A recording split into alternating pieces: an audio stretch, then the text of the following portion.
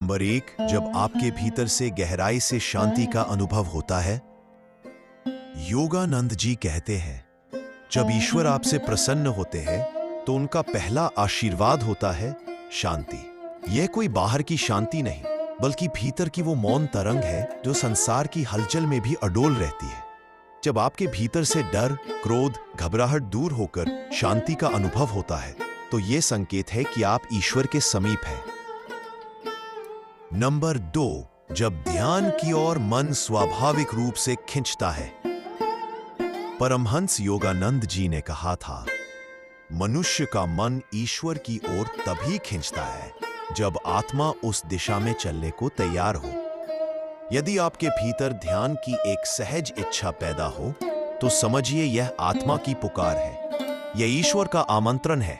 वो कह रहे हैं, अब समय है, मेरे पास लौट आओ। नंबर 3, जब बुरी संगति और आदतें आपको खटकने लगे। ईश्वर जब आपसे प्रसन्न होते हैं तो वे आपके चित्त को शुद्ध करने लगते हैं। योगानंद जी कहते हैं, बुराई अब आकर्षित नहीं करती, बल्कि आत्मा को अशांत करने लगती है।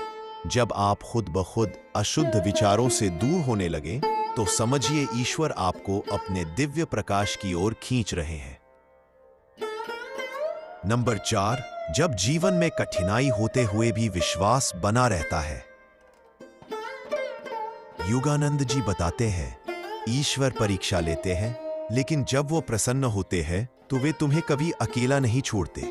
यदि आप संकट में हैं, फिर भी भीतर से विश्वास टूटता नहीं, तो जान लीजिए वो चुप है पर साथ है। वो आपको मजबूत बना रहे हैं। नंबर 5, जब आपके कर्म सेवा और प्रेम से प्रेरित हों। जब सेवा स्वाभाविक बन जाए, जब आप बिना स्वार्थ के मदद करना चाहें, तो योगानंद जी कहते हैं, यह आत्मा में ईश्वर की उपस्थिति का संकेत है। आपका हृदय अब केवल खुद के लिए नहीं, बल्कि समस्त सृष्टि के लिए धड़कने लगा है।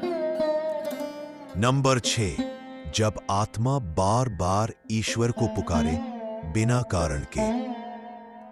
कभी आपने अनुभव किया है, आप किसी काम में व्यस्त हैं और अचानक मन में राम, कृष्ण, यीशु या गुरुदेव का नाम आ जाता है।